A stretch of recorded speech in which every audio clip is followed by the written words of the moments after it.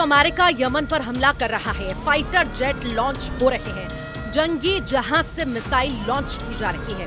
दूसरी तरफ यमन की हूथी सेना ने इजराइल में कोहराम मचा दिया है। तेल अवीव से हाइफा तक सब हूथी की मिसाइल रेंज में आ चुके हैं। दोनों तरफ से इस तबाही के बीच अमेरिका में युद्ध को लेकर बहुत बड़ा घोटाला हुआ। आरोप है कि डोनाल्ड ट्रंप के वॉर कैबिनेट ने यमन पर हमलों की जानकारी लीक कर दी है।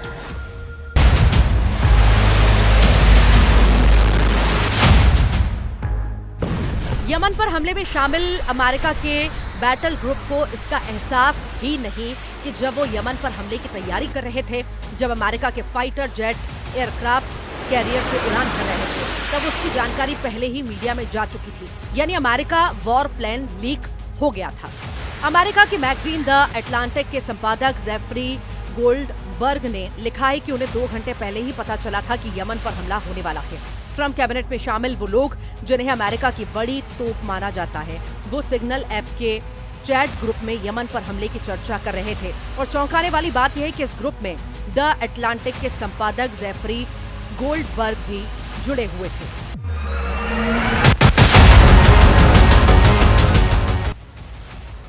इससे साफ है कि अमेरिका का वॉर प्लान घंटों पहले लीक हो गया था। अब इसे ट्रंप प्रशासन की लापरवाही मानी जाए या फिर युद्ध घोटाला, जिसमें अमेरिका के समुद्री बेड़ों की सुरक्षा भी खतरे में पड़ सकती है। इस युद्ध घोटाले को लेकर डोनाल्ड ट्रंप और उनके साथियों की पूरी दुनिया की मीडिया में चर्चा हो रही है।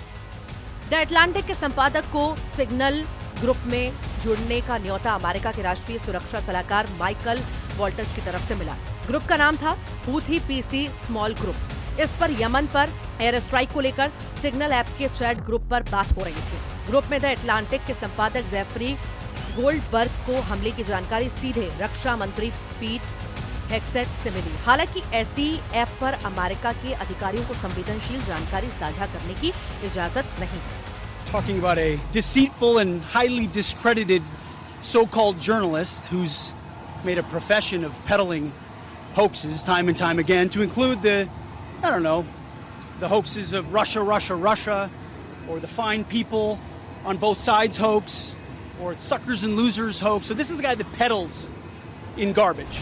Honestly, my reaction was, I think I've discovered a massive security breach in the United States national security system, which is to say, it's almost automatically true that if the editor-in-chief of The Atlantic is being given access to this kind of information, weapons systems and packages and timing and weather in Yemen and all kinds of information about sequencing of particular events, then obviously there's a security breach.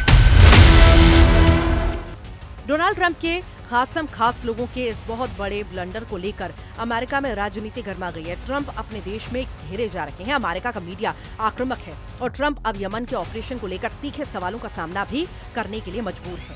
I don't know anything about it. I'm not a big fan of The Atlantic.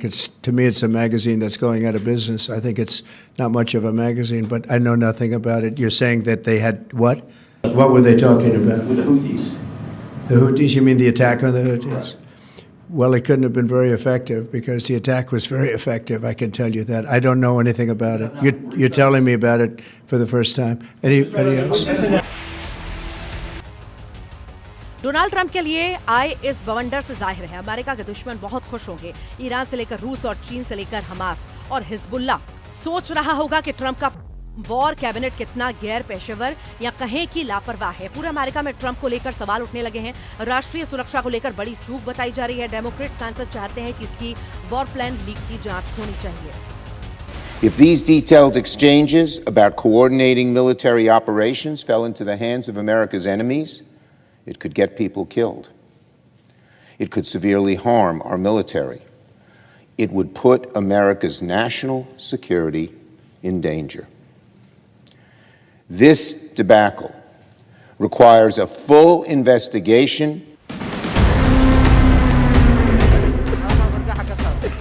Yemen में America के हमले अचानक हुए और हैरत की बात यह है कि हमले की टाइमिंग को लेकर जो बातें ग्रुप पर शेयर की गईं, वो मीडिया तक भी पहुंच रही थी।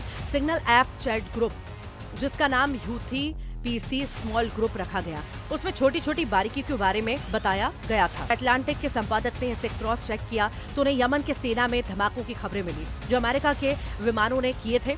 इसके बाद सिग्नल चैट ग्रुप यानी हूथी पीसी स्मॉल ग्रुप में ट्रंप के खासम खास एक दूसरे को इस हमले की बधाई दे रहे थे। इसलिए सवाल है कि अब जब ट्रंप का वॉर प्लान लीक हो गया है तो अमेरिका आगे क्या करेगा, इजराइल क्या करेगा, क्योंकि यमन की तरफ से तो मिसाइल लॉन्च में कोई भी कमी नहीं आई। जब एक तरफ अमेरिका के जंगी जेट और जंगी जहाज यमन पर ताबड़तोड़ हमला कर रहे हैं, तब हूथी की मिसाइल ब्रिगेड भी एक्टिव है। ट्रंप और उनका कैबिनेट चाहे जो प्लान बनाए वो प्लान लीक हो या फुल प्रूफ हो, हूथी लड़ाकों ने ऐलान कर दिया है कि वो गाजा पर बमबारी रुकने तक इजराइल पर हमले करते रहेगा। यमन के लड़ाका ग्रुप हूथी का ताजा दावा है कि उसने इजराइल पर मिसाइल दागी और दोनों टारगेट पर लगी हैं और आगे भी हमलों के लिए मिसाइल तान दी गई है। पश्चिमी यरूशलेम के पास जूबा शहर में सायरन बज रहा है। इजराइल के लोगों ने आसमान की तरफ देखा और फिर जान बचाने के लिए जमीन पर इस तरह झुक गए। यमन की मिसाइल के खौफ का इजराइल के लोग बार बार सामना कर रहे हैं।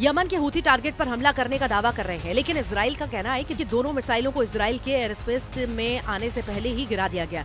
इसमें कोई शक नहीं है कि इजराइल का मिसाइल डिफेंस बहुत कारगर है, लेकिन हूथी पहले भी उत्तरी इजराइल तक हमला कर चुके हैं।